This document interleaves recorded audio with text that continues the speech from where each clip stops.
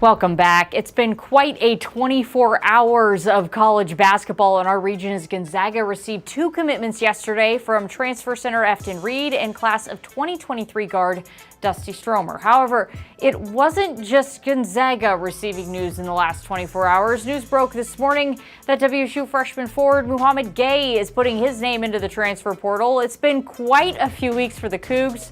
So we're checking in with where this program is right now and their future, which is, well, uncertain.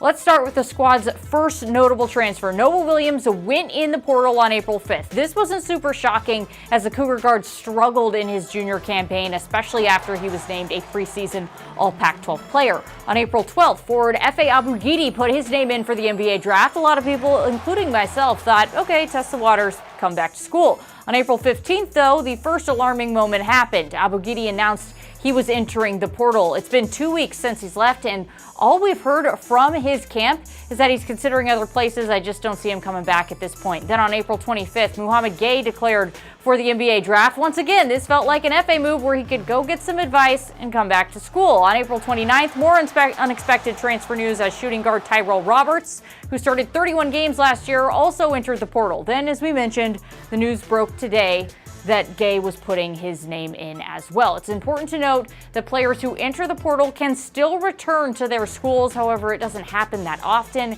We also have yet to hear from Gueye or Roberts about why they're going. So this begs the question, who is left? If you add in Michael Flowers, who doesn't have any eligibility remaining, the Cougs are losing an insane amount of experience. This team played 37 games last season, which means 185 opportunities for players to start. 155 of those starts are currently either graduating Flowers, have already transferred in Williams, or are in the portal in Gueye, Abogidi, and Roberts. The players left who started games are as follows. Guard TJ Bamba, who started 16 contests, center Deshaun Jackson, and forward Andre Jakimovski, who started 6 games apiece, and forward DJ Rodman, who started the other 2. Not a lot of experience there. TJ seems like he has one of the guard spots locked up for sure, and I could see Jakimovski starting in the 3-guard position. Jackson could easily start at the 5, which he did a lot of his freshman year. He just struggled with injuries this season. Rodman will continue to be a great 6-man. Point guard Miles Rice has received some buzz too, as he redshirted this year, but I don't see him being ready to start after not playing a minute of Power 5 basketball last season. As for players coming in, Central Valley's Dylan Darling is the only player signed, and the Cougs have only really been closely associated with Oregon State transfer guard Jared Lucas. But that's certainly not a done deal. Right now, there's still 2 starting slots to fill if everyone leaves, and you need to have at least 1 to 2 more bench players.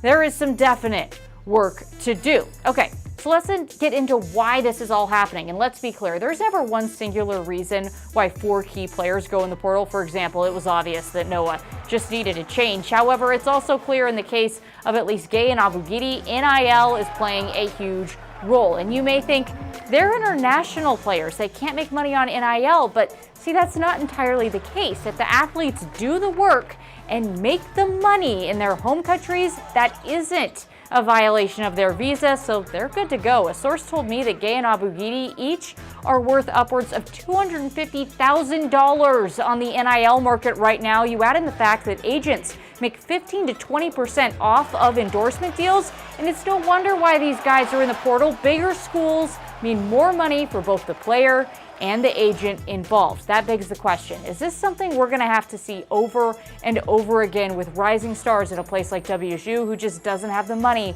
of an Arizona or a Kentucky? And my short answer is yes, unless something changes at the federal or NCAA level. To close this out, I just want to say, at least for the time being, don't get too attached to any player you cheer for at any sport, at any school. The market is so fluid currently that I would just enjoy the time that you have that player, because you just never know where they're going to be the next season. That's it for sports.